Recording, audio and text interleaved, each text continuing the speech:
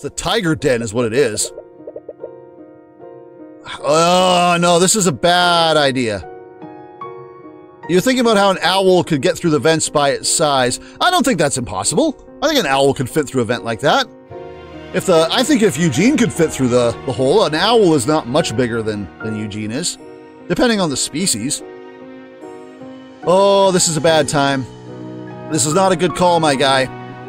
You deserve everything that's about to happen to you, because this is not good judgment. Miss Tamora leads us out of the courthouse and into the city. Every time we ask her where she's taking us, she avoids answering our question. We could have just gone to a private room. All right, we're here. We arrive in a back alley in the seedier part of the city. Yes, this can only go well. I have a feeling we're about to aggro some baddies. Watch it be the guys from our hometown, because those guys got a sprite for like 5 seconds. Especially that Gavin fella, or whatever the hell his name was. We're about to get our asses kicked by them, aren't they? Because they're not associated with the Eye Taker. But they might just be, you know, random thugs for hire. As Miss Tamora approaches one of the derelict buildings, she's met with a large, burly man who's guarding the back door. Why are you going along with this? Our boy is not thinking clearly. The man silently acknowledges her and steps aside to let her in.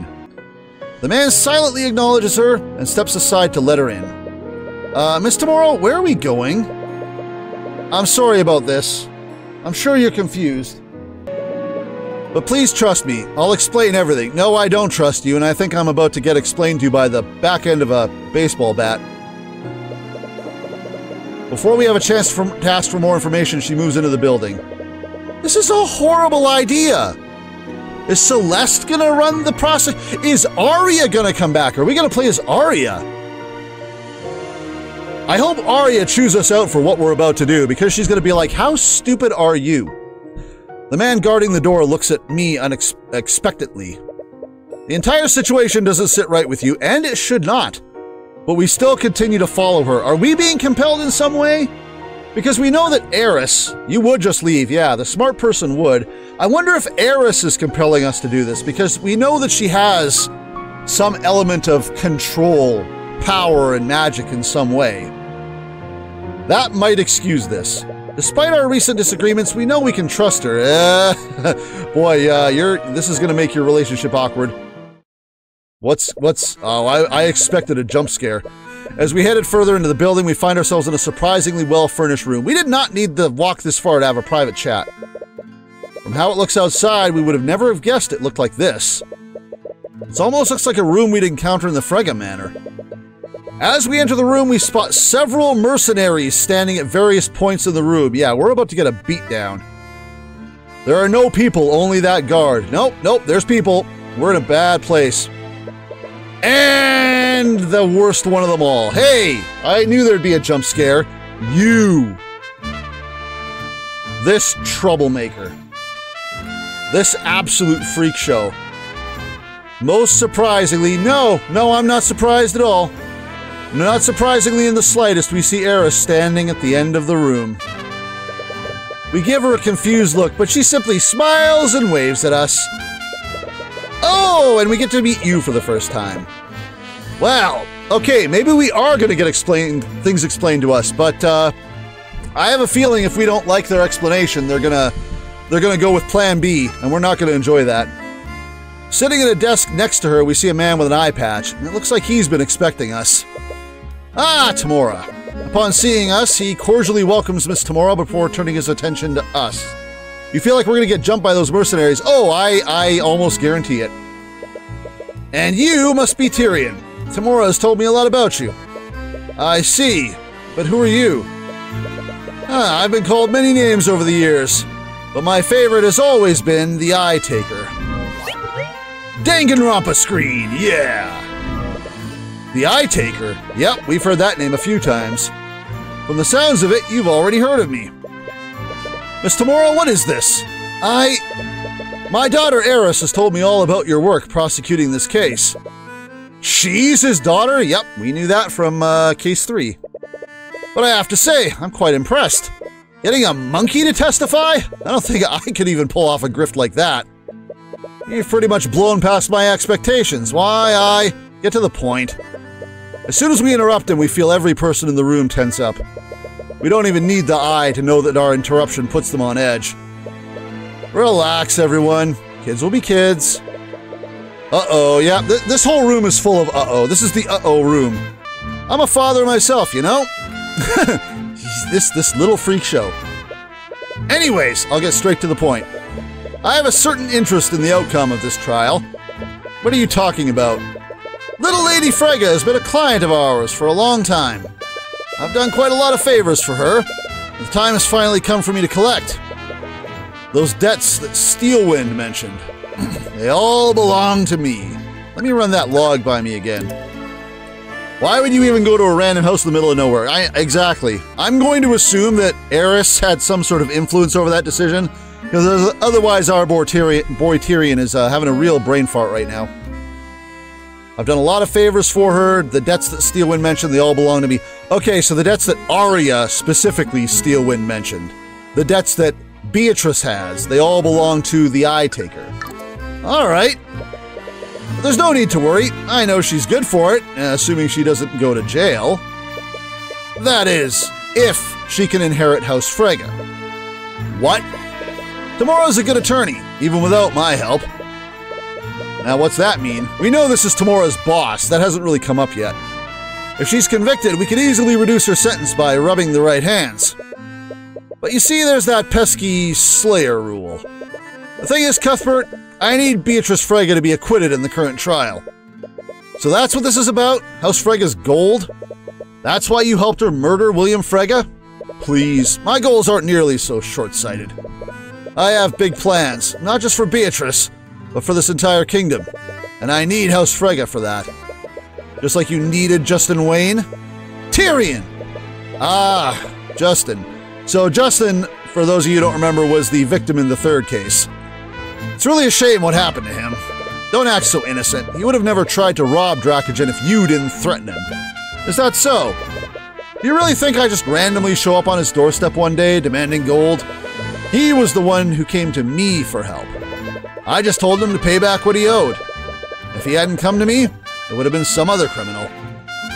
But that's beside the point. Enough about what I wanted from Justin. Let's talk about what I want from you. You want me to throw the case.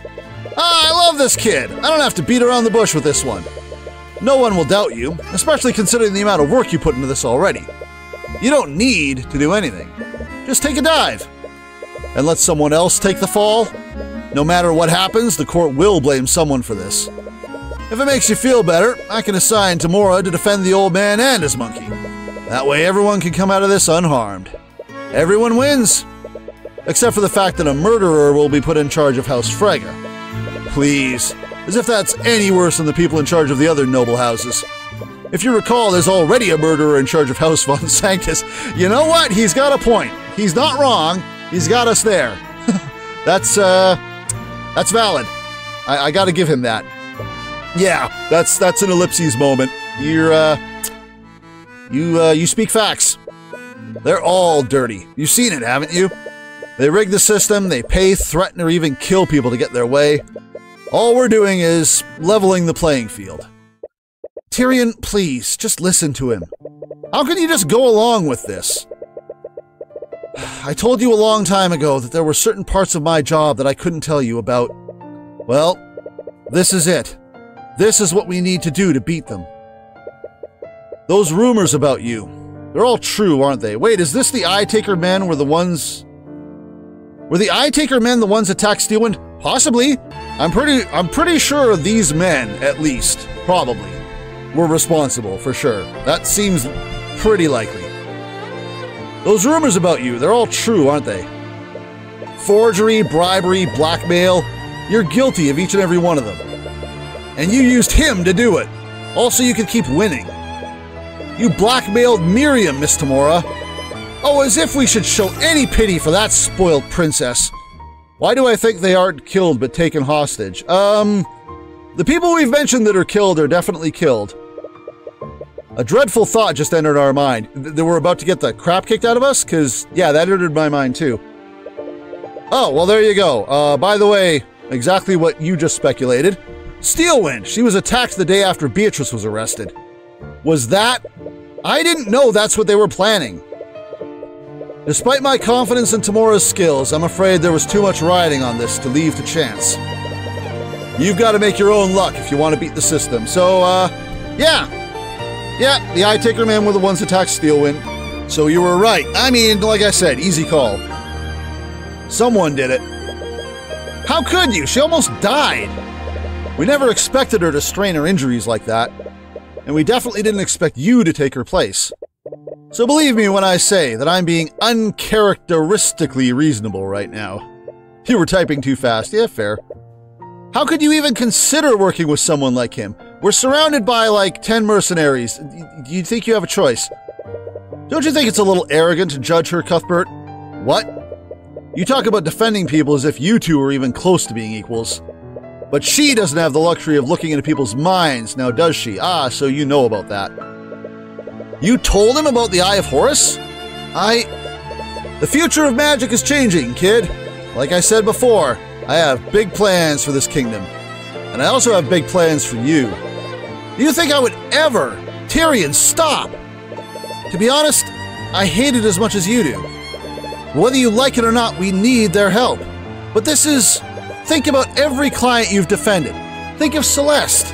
If you didn't have the Eye of Horus, what would have happened to her? Are we gonna die because something Ruby did? I don't think we're gonna die. I think we're gonna get messed up unless someone rushes in here to defend. Tell me that Celeste was shadowing us. Tell me that Celeste learned invisibility and she actually followed us in here, and when the mercenaries attack, she's just gonna be like, Mage Blade motherfuckers, and she's just gonna go on a tear. Something's gonna come in here. We're gonna get a gumshoe rescue at some point. Because we're talking big, but the room is still full of mercenaries. If even one thing went differently, Pierce would have gotten away and Celeste would have been executed. You've taken chances and followed your instincts, and that's worked for you so far. But what if it's not enough? What if the system is too corrupt for you to fight against next time? Well, with the Eye-Taker's help, you'll never have to worry about that again. If I had accepted his help sooner, I could have saved your mother. Ah, don't you play that card. Don't you push that button. That's playing dirty. So what's it gonna be, kid? You already know about what happened to that Steelwind brat. So I don't need to tell you what'll happen if you don't play ball. Yeah, we know. Again, this is the uh-oh room. This is where uh-oh happens. Well, wait! No. No. Oh, that was me saying no. No. What? Do we know that Eris followed us? It would be funny if there was just an Eris illusion sitting next to Beatrice, and that was all she saw. It's like, oh, I guess Celeste is here with me right now, and meanwhile Eris is like, yeah, she's followed right behind us. Tell me that Eris is charging your spin move right now. What? Maybe you're right. Maybe I can't always win against the nobility unless I play dirty like they do. But this is wrong. Tyrion! I'm not going to compromise my principles. Not even for you, Miss Tamora. I'm sorry to hear you say that, kid. I really am.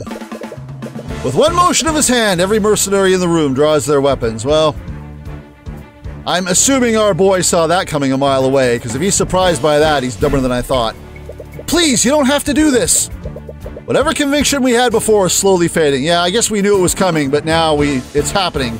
It's a different story. We should have never entered this place. We knew something was off. No, you shouldn't have entered this place.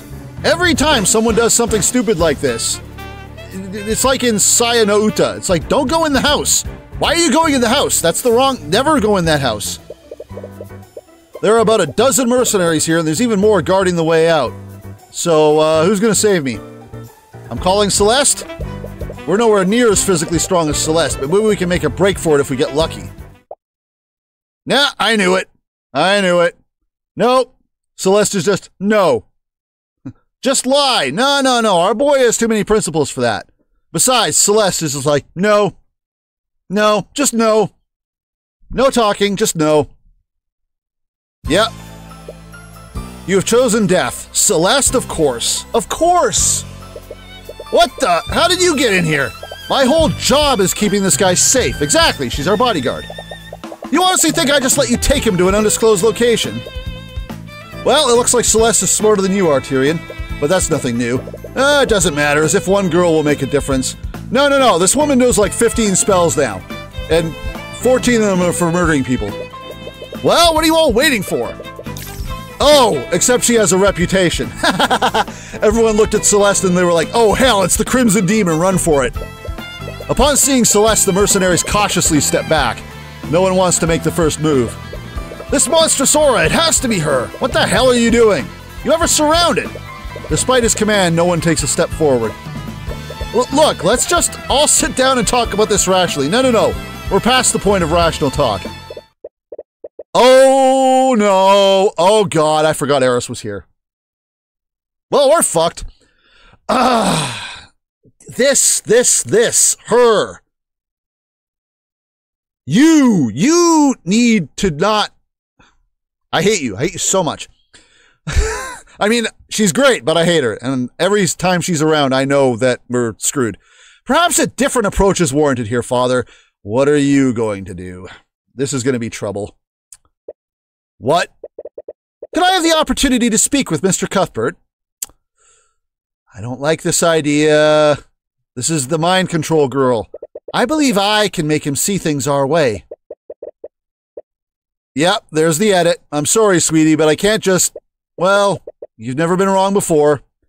Yeah, Eris just kind of gets her way. Eris is just like, no, this video game, I need to rewrite the video game, so it's my video game. I'm the hero now. I'll leave them to you, love.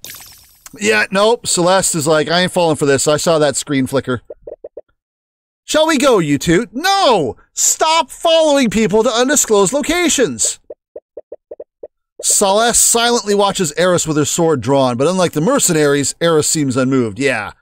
Eris is way stronger than we think she is. She merely walks past her and out the exit. You and Celeste, or me and Celeste, exchange glances and follow after her. Yeah, Ruby, I don't think you know. I don't think you know what's, oh boy. That was close. No, it's still close. Not the past tense. It's getting closer, actually. I don't think I could have fought that whole room while protecting you.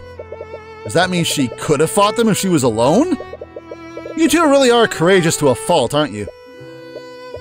Eris, I appreciate you vouching for us, but I'm not changing my mind about this. Oh, I'm well aware of that. Why do you think I intervened? Oh, well, thank you? No.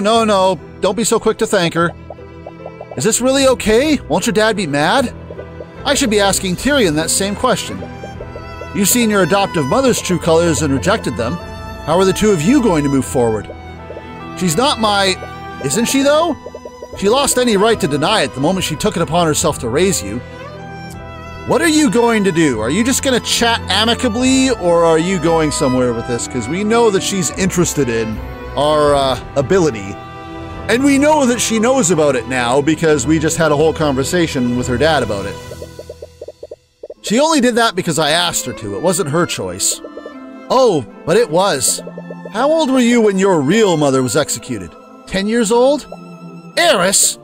Back then you barely knew Tamora. It would be a stretch to even call her a family friend. She was the adult in that situation, and what did she do? She fed your anger and hatred for the nobility instead of allowing you to process your grief healthily. Tamora took you away from your only friends and isolated you from society. She even homeschooled you, didn't she? As a result, you never formed any other relationships. You made your first close friend at the age of 20, and she was your client. Don't you think that's a bit sad? What are you manipulating? She isolated you because she wanted to use you. That's not true. That's not why she... From what I've seen today, you clearly have no idea who Tamora is. Even with the Eye of Horus, you're clearly a terrible judge of character. Well, we did follow her into this building, so... Checks out. Eris, you're going way too far! To save you from more heartache, let me give you one last piece of advice. Where's the jump scare? Eris leans in really close and begins to whisper in our ear. You honestly think that Celeste will ever love you? Yeah, she's just going in. What? I'm sure you understand now. Tamora can only afford to pay her exorbitant salary because of my father. You've already burned that bridge. So where do you think that the Crimson Demon will go when you can't afford her services anymore? She's not. With Flintheart dead, she has to worry about her mother. Do you think she has the luxury of playing around with you for free? There's that face. Or did you actually think that she enjoys spending time with you? Yeah, you manipulative little SOB. Tyrion, you have to look at this rationally. Any support or affection that she's given you has only been to keep you as an employer. She's just dripping that poison. You seem to know a lot about these things. I had to do a lot of networking when I was a mercenary. You know how many times I had to charm a merchant into hiring me? Why are you doing this? Because I want to finally break you. No, wait, editing the screen. I'm just trying to keep you from getting hurt. Yeah, I'm just innocent, that's all. I know some of you just listen when this stream is running, but there are definitely some visual things that you're missing out on if you are, because Eris just keeps messing with my monitor, because she's basically Monica from Doki Doki Literature Club. It may seem cruel, but you have to be realistic about these things. She's the real villain. Like, this has got to be the main villain of the overall story. She has to be. You trusted Tamora and she betrayed... This whispering has been going on for a while. Celeste has got to be like, what are you guys talking about? Try not to make the same mistake twice. Celeste didn't hear anything she said, but she seems to notice how it's affecting us. Yeah, exactly. Eris, that's enough. Ah, my apologies. I've been told that I've been too blunt sometimes. But I do hope you'll think about what I said. Anyways, trial should be starting soon. We should make our way back to the courthouse. I'm genuinely curious to see how this trial ends. Like I said, I want to go to the end here. We're already in for 5 hours. We might as well see it to the end here, because we are getting close. Hey, Tyrion, are you okay? What does she say to you? She reaches for my hand, but we instinctively yank it away from hers. My dude, you are way too susceptible to suggestion, which normally I would approve of, because as a hypnotist I would have some fun with you, but you gotta understand that these are self-serving comments Eris is making. You can't just suck them up. Tyrion? Sorry, I didn't mean to... I'm okay, really. Okay. Is he mad at me? We can think about everything else later, but for now, we know what we need to do. We need to convict Beatrice Frege, and hopefully not get cut in the process. Well, Celeste saved our ass. Back to the court. Court is now resumed for the trial of Beatrice Frege. Is the defendant prepared to take the stand? I am not happy with anything that has happened. I am not prepared for this. This sucks. I am having a very bad day. Summarized. Tamora, I ask you a question. Is the defendant prepared or not? She is. If the prosecution still wants to move forward with... The prosecution will be moving forward with this. I don't give a damn about your stupid eye taker. Please bring in the witness. Well, let's see what she's got on her shoulder. Do you still see it, Celeste? Yeah, it's still there. Should I reveal it now? No, let's really make a point of it. Wait for my signal. Thanks for agreeing to take the stand, Miss Frege. So, yeah.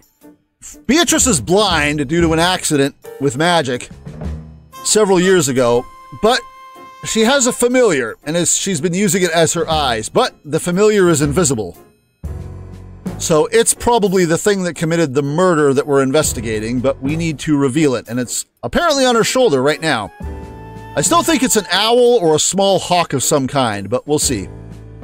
Mr. Cuthbert, it's my understanding that you were with the two princes for most of the night. Yes, I was, which is why I'm still quite confused as to why I'm being charged for this crime. Out of everyone there that night, I'd have thought my alibi was the most solid. That remains to be seen. Clearly. Anyway, since you still maintain your innocence, you'll have no problem going into detail about your supposed alibi. Witness testimony. As you know, I was with Crown Prince Oster and Prince Alaric for most of the ball. I still find it very weird that Alaric is in our list of suspects and people involved in the case, but Oster is not. That's weird to me. That's odd. Anyway, as you know, I was with Crown Prince Oster and Prince Alaric for most of the ball.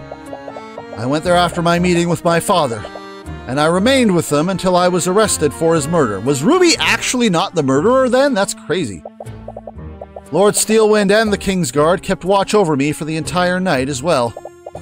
I neither had the means nor the opportunity to steal the sword of spell eating and break into my father's study to murder him. Actually, that's an interesting point. If she has this alibi, when did she smash the glass? When did that happen? Objection! Whoa! And that, Miss Frege, is where you're mistaken. That wasn't me. We didn't even let her get through her witness testimony. We weren't just like cross-examining. We're just like waiting. No! Immediate. We're just getting to this. And that, Miss Frege, is where you're mistaken. You definitely had the means to commit both crimes while under the eye of everyone there that night. What is this animal? The most effective tool an attorney has is revealing a contradiction in a witness's testimony. It not only completely shatters your opponent's argument, it also makes the court doubt whether the witness is acting in good faith. Usually we've used evidence to reveal contradictions like this. Now, Celeste. Aburio! Ah, so that's the spell that, that Aria cast last case to dispel our illusions. So I guess it's a spell that dispels illusion magic in general, including invisibility. Aburio! Wait, what are you doing? Oh! That's a frickin' gargoyle! That is not an animal, that is a goddamn mythical what the hell. Did you see that? Oh, I speculated about this last stream. I wondered if Beatrice's magic accident meant that she had actually been part of making a deal with a demon because it was just something that kept coming up in conversation. That is a literal damn-ass demon sitting on her fucking... That is... Yeah, what the hell is that? That is... Tyrion hasn't even registered it yet. He's just like, Your Honor, the witness's testimony is clearly... What the hell is that? Well, this case just got interesting. What's gonna be, Well, chaos initiated. Your Honor, sir, the witness's testimony is clearly... What the hell is that thing? What am I looking at right now? Okay, so Psy'Min was wrong. Not an owl, not a bird. Tyrion, get behind me! There is a literal-ass demon in this courtroom. It is sitting there. That's Goliath from Gargoyles. Look at it. A monster! It's a monster! You're not wrong. Someone call the Inquisition, the Kingsguard, anybody! Your Honor, can we please restore order? Nah, he's gone, man. He's run. We were both... I mean, who could have guessed that? I know I casually speculated that last stream, but I never would have thought. It's like, oh yeah, literal-ass gargoyle, demon, monster thing. Yeah, he's gone! He's gone! Literally, I was joking, but Your Honor's like, nah, peace out, bitches. I ain't... This is above my pay grade. Fuck that. Demon in my courtroom, I'm out. Early lunch, gone. See ya. Look at that thing. Yeah. Oh! Occupation, demon familiar. Maranath. Yeah. He fled out the back door the moment he saw me. I'm gonna give this guy the Remus voice from Aviary Attorney. That is going to destroy my larynx, but I feel like he deserves it. Yeah, he fled out the back door the moment he saw me. It can talk? It's a demon. It's a demon. She's literally got a demon familiar. Wow. This has been a fun stream. Boy, this has been talking monkeys and demon familiars and conversations with dogs. Why the hell not? It's just like the legend said. It looks like a rat is strong and it can fly, so the little gargoyle fits the description. Watch the gargoyle be strong enough to cast magic that can break the barrier. That would explain how the sword got stolen. Beatrice didn't break the magic barrier. She didn't need to. This guy might be as strong as she is. Actually, wait a second. You can cast magic through familiars, can't you? So that actually doesn't matter. It could be that she could have been in the ballroom and cast her magic through Maranath or whatever the hell his name is. Can we all just calm down? I'm not sure. No, I feel like running is a valid option here. I don't know why the audience is still there. If I was in the gallery, I'd be like, nope. I'm going for a latte. Fuck this. It takes a while before we can get everyone in the room to settle down. Does the judge come back? Eventually, it was clear that the demon wasn't intent on harming anyone, at least not yet. This also explains why Celeste was like, you know, it looks funny. I'm not sure what animal that is. Well, that's why it looked funny. The court ordered extra guards just in case, and were eventually able to bring everyone back into the courtroom. The judge is just hiding. I expected him to be down below the desk. It's like, Mr. Cuthbert, what is the meaning of this? This guy, the judge is retiring today. He's just gone. He's just like, no, I'm out. I don't want to see case 5. I'm getting out of here. Sorry, I didn't know it was a... Actually, what are you? Are you a demon? Why, yes, I am a demon. Demons actually exist? I thought they were only a legend. Your Honor, not only do demons exist, the defendant has made one into her familiar. She's only blind in the literal sense. She's constantly looking through the eyes of her familiar to see. And? What do you mean, and?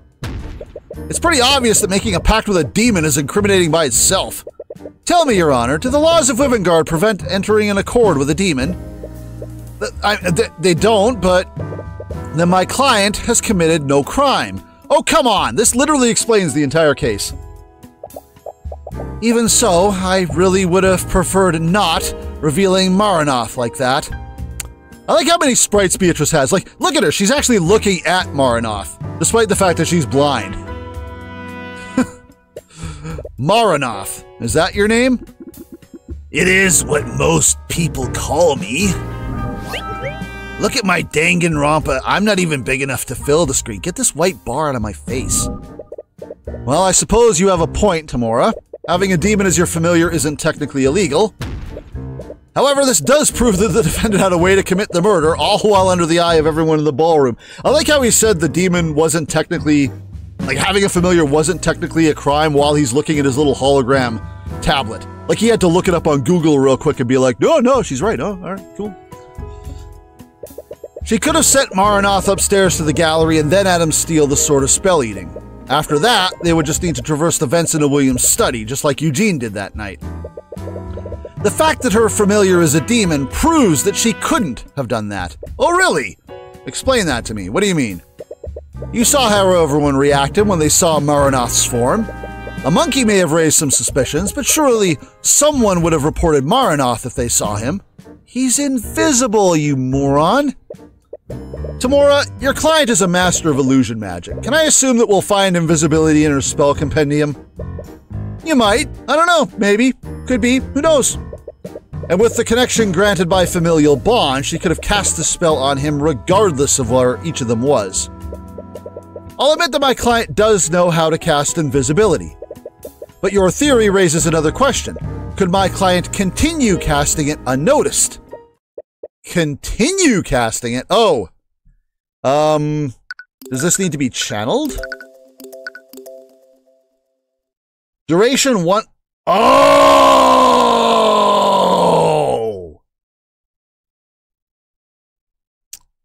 I didn't even see that. I didn't even see that.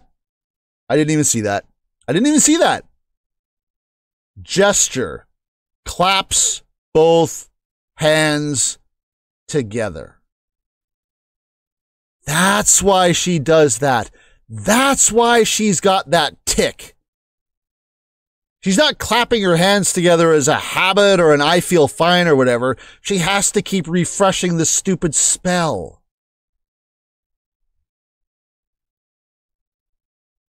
Occultare. Does that sound like something else? Like she's saying, I'm okay or something? What is she saying when she's clapping her hands together? I forget. She mumbles something under her breath. I guess maybe she's just saying that. But that's why she's always clapping her hands together. It's not to get the familiar's attention. She doesn't need to get the familiar's attention. The familiar's smart. It knows what it's doing. She's clapping her hands together to refresh the invisibility. Oh, that's why she does. I didn't even see that. I didn't even see this gesture nonsense. Where's this other gesture stuff? None of this other stuff has gestures. Just this. Continue casting it. Yep. In fact, we know she keeps casting it because we keep seeing her do it. You'll understand once I go over the order of events that night. No. I already saw the compendium. you can stop now. We're ready. At an unknown time, someone stole the Sword of Spell Eating from the Heraldson Gallery. Due to the timing of this, I'll admit that it would be logically consistent if my client was the thief. However, sometime later, my client met with the Crown Prince and was watched closely by the Kingsguard. From witness accounts, including yours, we know that this happened at 12:45 a.m. And since this time, my client didn't leave the Kingsguard's sight. She kept clapping, though. It was around this time that William Frege retreated into his study and locked the door. He made a point of telling everyone that he didn't want to be disturbed. Then at 1:03 a.m., Lord Haraldson finally discovered the sword was stolen. He reported the theft to the Kingsguard, and they activated the lockdown system. How did the gargoyle maintain invisibility when it dropped the sword, by the way? Maybe it had to wait until the lockdown was lifted, and that's gonna factor into something. I guess Jan didn't catch the familiar. I guess it just caught a random rat. Shortly after the report, Lof Frege tried to speak with her father about the theft. William Frege reiterated that he did not want to be disturbed. Lof saw his face, and there weren't any traces of illusion directly on his body. That means that William Frege was still alive at this time. Unbeknownst to everyone at that time, William Frege was attacked by the murderer at 3:12 a.m. This is confirmed not only by Jan Hughes' testimony, but also by the autopsy report. Then at 3:26 a.m., the Kingsguard found the Sword of Spell Eating in my client's old room. The Kingsguard tried to arrest my client for this, but the Crown Prince told them to stand down. Finally, at 3:36 a.m., the lockdown was lifted. Jan Hughes reported what he'd heard, and that's when the Inquisition and the Kingsguard discovered the body. The theft must have happened between 1:23 a.m., when it was actually reported. Wait, between or before? Run that by me again. The theft must have happened before 1:23 a.m., when it was actually reported. In order to keep Maranath concealed at every step, my client would have needed to keep him invisible from 1:03 a.m. to 3:12 a.m. Not only that, she needed Maranath to wield the Sword of Spell Eating to ignore the effects of the anti-magic fields. This means he would need to be invisible for more than an hour. What's your point? The spell only lasts for an hour? Yeah. But still, in looking that up, we also saw the other problem with this. My point is that invisibility has a duration of 1 hour. I'll admit that my client could have cast invisibility before she met with the Crown Prince, but if she wanted to keep Maranath invisible, she would have needed to recast the spell at some point that night. And as you know, my client couldn't have done so during that night without the Kingsguard noticing, which is why she passes off the clapping as a tick. Your logic makes sense, except it doesn't. But that can only mean that the defendant refreshed the invisibility right in front of everyone watching. In front of the entire Kingsguard, the two princes, and Lucio Steelwind? As unlikely as it is, it's the only conclusion I can come to. No, it's incredibly likely. It's very likely. We got this. I had a feeling you'd say that, which is why we have a witness who can confirm that Beatrice didn't perform any magic that night. Do you now? A witness? Is it going to be Aria? Because she was there, or it could be Oster. Or it could be Lucio. It could be a number of people. Actually, Lucio was watching her very closely, so it actually could be Lucio. Your Honor, the defense would like to call Prince Alarak to the stand. Oh! I did not call that option. Why him? Why him of all people that was in the area? You're going to call him the 7-year-old. Again, how does he factor into this? Is he going to be part of this? There's no way. There's no way the 7-year-old is in on the murder of William Frege. Why him? Was he taken advantage of in some way? Why Alarak? I see. I'm surprised by nothing anymore. He would have certainly been close enough to notice the defendant casting magic. But wouldn't the Crown Prince's testimony be more suitable? Wouldn't a number of people's testimonies be more suitable? Are you trying to say that Prince Alarak is unqualified to give proper testimony, Your Honor? This woman is literally female Simon Blackwill. Like, seriously, just stop it. Of course he's saying that. The kid is 7 years old. No, of course not. I would never. Yeah, is the prince ready to testify? I would never say, the prince is infallible. Yeah. Grow a spine for Lord's sake. No. Get the 7-year-old up here. Well, thank you for coming in, Prince Alarak. Could you please hold your tongue, knave? Yeah, I don't want to talk to this kid. This kid is a brat and a punk. Hold your tongue, knave. You will speak when you are spoken to. No, that's not how this works here. I need your older brother to come in here and give you a slap. Oh, God. He sounds exactly like Miriam when we first met her. Honestly, he behaves exactly how we'd expect a prince of this rotten kingdom to act. Oster's the odd one out in this situation. It makes us wonder what makes him so down to earth.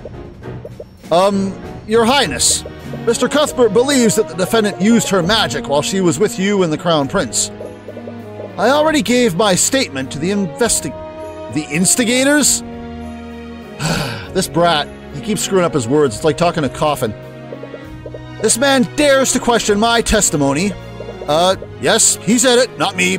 Don't look at me, look at him. I have nothing to do with this. Wow, the judge didn't even think twice about throwing us under the bus. But very well, if my testimony is required to strike down these redundant accusations, I will bestow it upon you. Redundant? Don't you mean ridiculous? Mr. Cuthbert, do not dare to suppose what His Highness really means. If he says that's what the word means, that's what the word means. His boots must be shining from all that licking you're doing. Yeah, you tell him. What was that? Nothing. Grow a spine yourself, Tyrion. You think Lady Frega cast magic right in front of me? Don't be a serf. This kid. She was under the careful watch of the Kingsguard, my brother, and Lord Steelwind. We conversed for the whole night, and I didn't see her cast any magic. She's been through so much over the last few years, all because of her horrid father. She'd never do something like this. You and Lady Steelwind are just jealous. Where do I present the clapping? He seems really convinced that he didn't see anything. We doubt that he's intentionally lying. Celeste, usually when you cast detect magic, I can see magical energies overlaying your eyes. Yeah, there's always a visible magical effect on the target when I cast a spell. But Maranoth was probably in another room. The Kingsguard wouldn't see the initial magical effect of invisibility. Even if there wasn't a visible effect in that room, she would have still needed to say the incantation and perform the gesture with her hands. You're spelling this out! We know the answer. Right, like how you shout Repario Arcanum every time you scan a crime scene. Like you shout Repario Arcanum every time I spam the button because it's funny. I don't shout it, yes you do, and it's funny. Anyway, she must have done the incantation and gesture at some point during the night. I don't shout it, I was whispering it that one time, remember? Repario Arcanum! Repario Arcanum! Anyway, she must have done the incantation and gesture at some point during the night. No, we know this. It's blindingly obvious. Did we ever get a chance to did she ever get an opportunity to conceal herself to do so? Nah. You guys are drawing this out, guys. We know the answer. We know it. We know it. Whoa, whoa, whoa, whoa, whoa, whoa, whoa, whoa, whoa, whoa. We just went straight from witness testimony cross-examination to Celeste again. Celeste, what do you usually need to do to cast a spell? You gotta help me out here. You're the mage, not me. There are a lot of factors involved, honestly. Stamina and focus are a big part of it. Assuming that she's in perfect condition, what's the bare minimum that she would need to do? Well, she would have to focus her magic, say the incantation, and perform the gesture with her hands, all at the same time. Notice how they're just dancing around the specifics. She needs to clap. She needs to clap her hands, which she's constantly doing. That does sound pretty conspicuous, but she must have hidden it somehow. We think Lady Frega cast magic right in front of me? Don't be a serf. He probably means don't be absurd, but there's not much to gain from correcting him. You may think the idea is absurd, Your Highness, but the defendant was clearly good at keeping secrets. She could have easily concealed her actions at some point during the night. A brief moment to say the incantation and perform the gesture would have been all she needed. But I wasn't the only one watching her. She was under the careful watch of the Kingsguard, my brother, and Lord Steelwind. But would they have really noticed her casting one spell? The Kingsguard are the most vigilant knights in the kingdom. No, they're pretty incompetent. They're gumshoe times 100. I wouldn't trust them to tie their shoes. They are trained to watch and counter a mage's spell. No, they suck. Hard. We have several streams worth of evidence. but the defendant needed to target someone who was in another area. There would be no visual indication that she was using magic. But she would have still needed to perform the incantation and complete the gesture with her hands, which she does constantly. He's pretty knowledgeable about the arcane arts, but as a Prince of Wivengard, we suppose that's to be expected. We conversed for the whole night, and I didn't see her cast any magic. Do we have evidence of this, by the way? That is her blindness testimony. Nothing about clapping. How are the earrings of vitality going to tie into these things? They've been sitting in our inventory for ages. Died, blah, blah, blah. It would have taken a tremendous amount of force to crush it like that. That demon must be pretty damn strong. I think we have an answer for this, too. It just smashed the hell out of it. Da-da-da-da-da.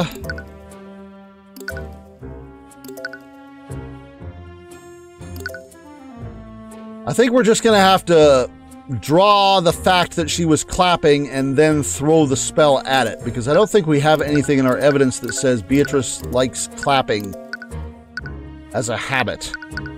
It's just not a thing. We conversed for the whole night, and I didn't see her cast any magic. You sure as hell did. If I recall correctly, you and your brother were with her until she was arrested for the murder. What did you speak about? She told us stories about what she did while she was away. She's researching something. That's not English again. Researching something. I forget what she said. Something about the old cult. Do you mean the occult? Yes, that's it. She was researching ghosts and demons, which makes sense. Considering who Familiar is, her research must have borne fruit. Anyway, Your Highness, could you please add this to your testimony, if I must? Where did you add it? She told me and my brother how the occult are a fascinating phenomena. I didn't see her cast any magic. You really did. I need to pull up the fact that she claps. You need to say that she claps so I can objection you. She's been through so much over the last few years. All because of her horrid father. You're clearly sympathetic to her situation, but you must have only been a toddler when she left 5 years ago. My brother spoke of her a lot. He told me all about her. I could tell from his face. He was really sad that she ran away. Even if it's not romantic, Oster clearly cares about her a lot. The prosecutor must have complicated feelings about that. Yeah, no doubt. She'd never do something like this. You and Lady Steelwind are just jealous. Well, I can't speak for Miss Steelwind, but I'm just trying to get to the truth. Liar! You just hate her because she's a noble, don't you? Lord Van Sanctus told me all about you. You just want to lock nobles up because you're jealous of how much gold we have. So he speaks with Von Sanctus frequently. Well, that's going to help a lot. That actually explains a lot about his personality. Celeste, what do you... Oh, we skipped straight to this. That's weird. Why did we skip to that conversation with Celeste at the beginning? Can I do that? I don't think I can. All right, let's press the new statement. Wouldn't saying the occult is a fascinating phenomenon be more grammatically correct? Stop correcting the arrogant crown prince child brat. Come on, Tyrion, don't be one of those guys that corrects other people's grammar. Yeah, we all say things incongruently sometimes. We feel like you might be projecting a little. That's it? I didn't see her cast any magic. Do we just throw invisibility at this? She claps her hands together. Oh, wait, what? There it is. There it is. There it is. Man, Beatrice is smart. I gotta give her credit. She is a clever one. The occult are a fascinating phenomenon. Occultara. The occultara fascinating phenomenon. The occultara fascinating phenomenon. That's her casting the magic. That's... Okay, that's very cute. That's very cute. So she talks about her favorite subject, and then she claps her hands because it's a tick, and everyone just thinks, oh, what a quirk. What a quirky thing for this person to do. And no. She knows exactly what she's doing. Yeah, that's clever. That's cute. I like it. But I'm gonna have to give you the smackdown. Objection! To cast a spell, a mage needs to speak an incantation, but there's nothing that says you can't say anything before or after it. Your Highness, according to your testimony, the defendant told you the occult are a fascinating phenomenon. Is that exactly what she said? Word for word? Yes, the stories she told us were quite interesting. They really stuck a court with me. Kid. I see. I know what you mean. I'm just going to let it slide. Well, even if they were interesting, your testimony proves that she did cast the invisibility spell that night. Are you deaf? I already told you. No one heard her say any incantations, nor did they see her perform any gestures. Who taught him grammar? He's 7. He's got a lot to learn. Unfortunately, your testimony proves the contrary. Beatrice Frege said an incantation and performed a gesture right in front of you all without anyone even knowing it. What? Your Highness, there are 2 components required to cast invisibility. First, the caster must speak the incantation occultare and clap both of their hands together. As I'm sure you noticed, the defendant has a habit of clapping both her hands to calm herself. Yep. We noticed that from day 1, and now we know why. I wondered how it was going to play in. I wondered if it was going to amount to something. I'm pretty sure I said it, and now we know. Now that I think about it, that habit must have come from constantly casting the spell. The defendant requires Maranoth to see, so she must constantly cast invisibility to keep him invisible. Cuthbert, you may have an explanation for how she hid the gesture, but she would have still needed to speak the incantation, and she did. But she did speak the incantation, and the witness's testimony proves it. What are you talking about? I never said that she spoke any incantation. Your Highness, the incantation for invisibility is occultare. Now recall what the prince said in his testimony. Yeah. Man, the Eye Taker's goons are just standing outside the doors to this courtroom waiting to kneecap me, I swear. She said, the occult aura, fascinating phenomenon. The pronunciation of that one phrase is identical to the incantation. I see, so she hid the incantation in her dialogue. And because her target was a creature that was outside of the ballroom, no one saw the magical effects. That means that Maranoth had the means to murder William Frege just as Eugene did. Having the means is completely different from actually having done it, Cuthbert. Very few people had the ability to shatter the display case to steal the Sword of Spell Eating. And even fewer people had a familiar small enough to traverse the vents. Which also makes Haraldson's familiar an equally likely suspect. And unlike my client's familiar, he admitted to breaking into William's study that night. If your client's familiar is truly innocent, then why not have him testify before the court? Oh, this can only go poorly. You're gonna get the demon to testify? Well, it's not as if he's the first unprecedented witness we've had today. Seriously, this judge, look at this 1,000-yard stare on this bastard. Like, just this one day today, he is either retiring or getting so damn wasted after this trial. He's not coming in tomorrow. He's calling in sick. He's like, no, I'm done. I'm finished. I'm moving. I'm packing up. I'm getting out of here. I'm going somewhere where there isn't a literal demon walking around. Is Maranoth willing to testify, Miss Tamora? We see Tamora deliberating with Beatrice and Maranoth. The real question is, does Maranoth give a damn? Because obviously he's bound to Beatrice and stuff, but how willing is he to just abandon it and be like, screw it, I'm a demon, I do what I want? I wonder what his motivations and, stuff like that are with this whole situation and his relationship with Beatrice. Who's the one in charge here? We can't hear what they're saying, but they're clearly in disagreement with each other. Maranoth in particular seems to be the most vocal about his displeasure. Yeah, I don't want to do this. I'm the demon. I say what goes. You can't make me do it. If you try, there's going to be consequences. All right? Your Honor, unfortunately, Maranoth is unwilling to testify. Why the change of heart? My client's familiar may be a demon, but he's afforded the same rights as any other person. He is not obligated to testify. We look at Maranoth and he's grinding his very sharp teeth together. For some reason, he appears to be looking at me with intense hatred. For some reason, I can't imagine why. I cannot fathom what possible explanation there could be for this intense hatred that is just mysteriously being projected on us. It's a mystery. Why are they being so secretive all of a sudden anyway? Because they're guilty. A witness can refuse to testify to avoid incriminating themselves, but a refusal to testify is suspicious in and of itself. Maybe he's protecting Beatrice. Maybe there's some other motivation involving the eye taker, blah, blah, blah. Tamora had no issue with Beatrice taking the stand earlier, so why would she change her tune when it comes to Maranoth? And despite what she said, Maranoth seems like he disagrees with their decision the most. So is it possible that he's the weakest link of the three of them? Maybe maybe he just doesn't give a damn. He's like, I'm down, I don't give a crap. You can't do anything to me, I'm a demon, screw you all. If so, he might be the key to implicating them.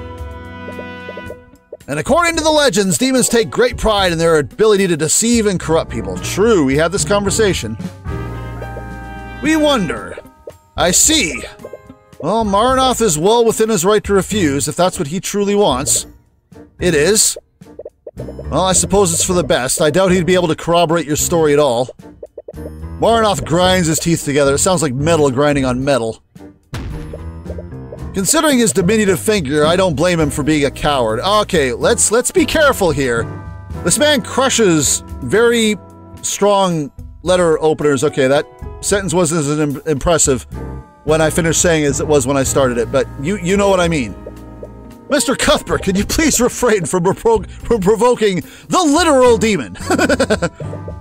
Oh, it's fine, Your Honor. He can't do anything without his master's word. No. Recall the letter opener, okay? That's your wrist in a minute if you don't shut up. And between him and the defendant, it's clear that Beatrice is the brains of the operation. You shut your filthy, celestial mouth!